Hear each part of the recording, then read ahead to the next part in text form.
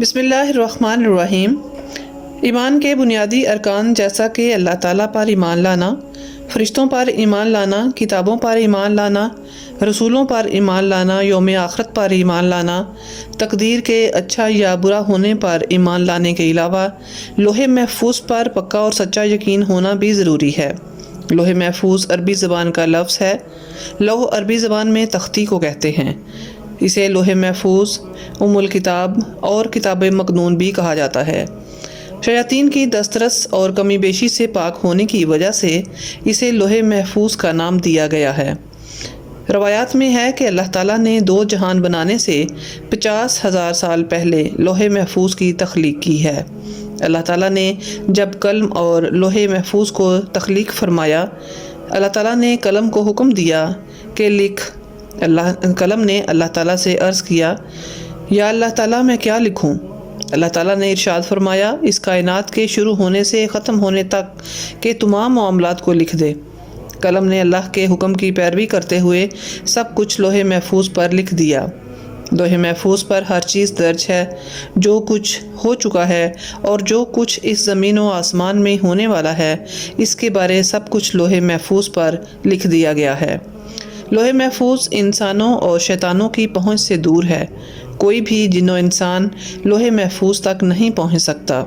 صحیح بخاری میں بیان کیا گیا ہے کہ اللہ تعالیٰ کے آخری نبی صلی اللہ علیہ وسلم نے فرمایا ہے کہ اللہ تعالیٰ نے لوح محفوظ پر ہر چیز درج کرنے کے بعد زمین و آسمان کو پیدا فرمایا۔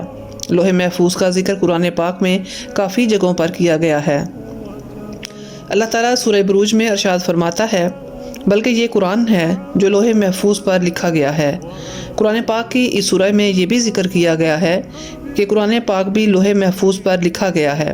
آج جو قرآن پاک کی تلاوت ہم مومن کرتے ہیں، یہ وہی قرآن پاک ہے جس کو اللہ تعالیٰ نے زمین و آسمان بنانے سے 50,000 سال پہلے ہی لکھ دیا تھا۔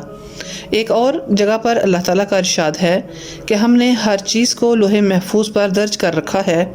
اللہ تعالیٰ نے لوح محفوظ پر ہر چیز کو زمین و آسمان بنانے سے پہلے ہی لکھ دیا تھا۔ لوح محفوظ عرش کی دائیں سیدھی جانب ہے۔ حضرت سیدنا ابن عباس رضی اللہ تعالیٰ عنہ نے فرمایا، اللہ تعالیٰ نے لوح محفوظ کو پیدا فرمایا، اس کی لمبائی 100 سال کی مسافت فاصلہ دوری تھی۔ تفسیر ابن کثیر میں ہے کہ لوح محفوظ کی چوڑائی مشرق و مغرب کے فاصلے کے برابر ہے۔ لوح محفوظ کس چیز سے بنی ہے؟ لوح قلم ان اشیاء میں سے ہے جن کی حقیقی کیفیت اللہ تعالیٰ اور اس کے رسول صلی اللہ علیہ وسلم ہی جانتے ہیں۔